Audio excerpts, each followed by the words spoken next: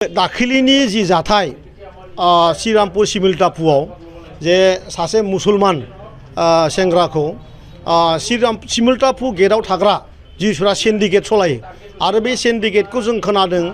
आं टिभि मिडियायावबो नुदों, प्रतिदिन टाइमाव नुदों, आसाम टाइम्स टक्सआव नुदों, DY 365आव नुदों जे BPFनि सरकार फैनाय लोगो लोगो जेरावबो माने गेटआव कयलानि अन्थाइनि ओमफ्राय साबोननि दालिनि जिखुनु माने बाहेरा देशनिफ्राय फैनाय जिखिनि सामग्रिफोर दङ, बुस्थुफोर दङ, बेवहाय माने सिन्डिकेट माने पार्सेन्ट फैसा लागायो गंसे गारियाव 20,000 25,000 आरो बिनि थाखायनो जोंना दा दालिनि दाम संख्रिनि दामा बेवहाय जोंनिफ्रायनो माने बेफारिफ्रा लाफिनो।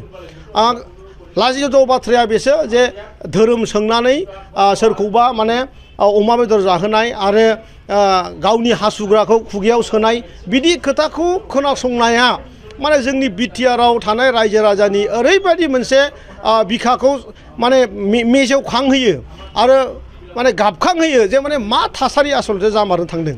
जोङो UPPL दोलोनिफ्राय बे जाथायखौ धिक्कार होदों, जोङो माने मुगैदों आरो बेबायदि लज्जा माने मोनथावथाव जाहाथे जाथाया आरो जेन आगोलाव जाबावला। बेखायनो दानि जि खुंथाय BPFनि सरकारनि खुंथाय, BPFनि गिबि खुंथायगिरि मानगोनां आं हाग्रामा महिलारि बिथांखौबो खावलायदों बेफोरबायदि जाहाथे हाबाफारिया आगोलाव जाया। खारन रायजो राजाया नोंथांनो गोबां माने MCLA होदों, गोबां भट होदों, UPPLखौ बे समाव बुजिख'नो हायाखै। गतिके रायजो राजानि जि आसा बे आसाखौ जाहाथे खर'आव थिखोनानै मान सन्मानजों जाहाथे बयखौबो सान्थियै थांना थानो हायो, मावनानै जानो हायो, बे बेबस्थाखौ जाहाथे बानायनानै होयो।